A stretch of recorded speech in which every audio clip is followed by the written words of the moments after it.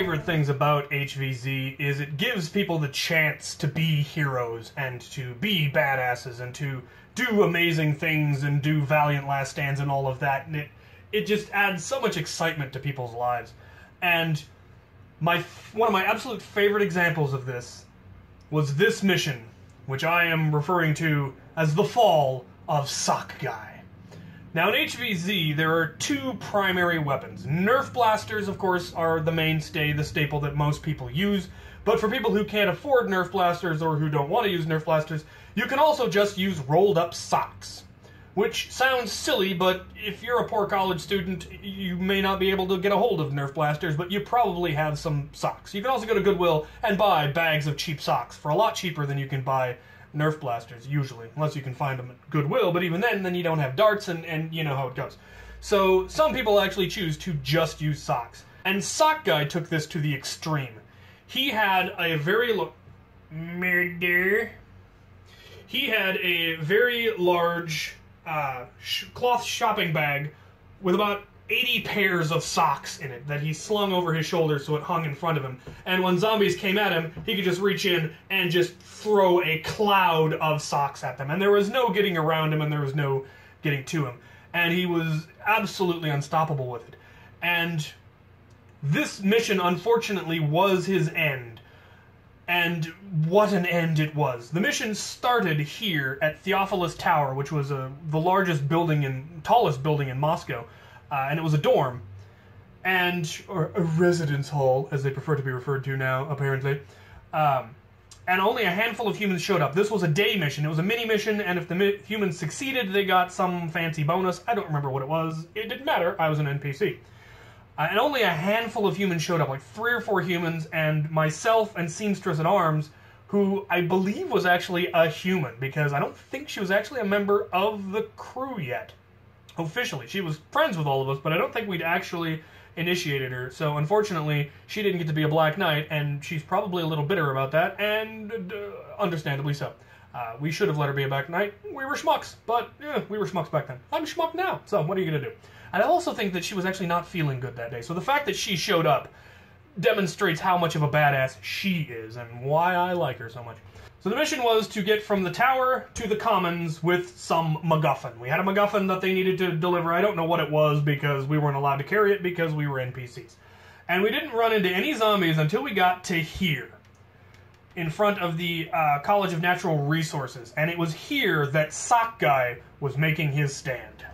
As we came around the corner onto the mall, we found Sock Guy in the courtyard of the College of Natural Resources, holding off at least a dozen zombies. A sea of socks covering the courtyard, and he did not seem to be running low on ammo. And he had chosen his ground well, because there were limited ways to get to him. There were walls, there were stairs.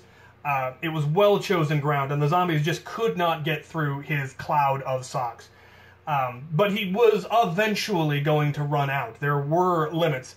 And fortunately, this is when we showed up, and with our small group of humans, and Seamstress in Arms and I tore through them and just mowed through the zombie hordes that he had left for us, and rescued him, as it were. Or I would prefer to say, we relieved him.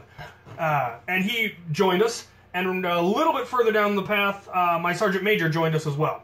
So we now had 3 Black Knights. I am officially declaring that Astrid was a Black Knight. I don't think we let her, but we're going to retroactively make her a Black Knight, because that's how history works.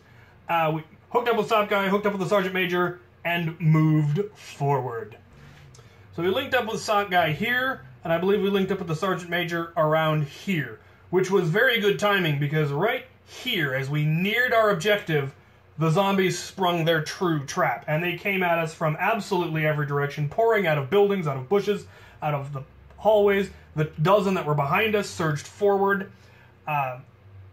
Seamstress in Arms and I made our stand near here at the base of the hill, just by Brink, and she got taken out. I could have argued that I had actually hit the guy with a grenade just before he tagged her, but while we were making our stand here, the Sergeant Major and the Sock Guy had successfully gotten the humans up to the objective. He and Sock Guy held the rear guard. Unfortunately, this is where Sock Guy fell. I wish I could have seen it. The tails are magnificent in that he took out a dozen zombies. He and the sergeant did before they finally got swarmed.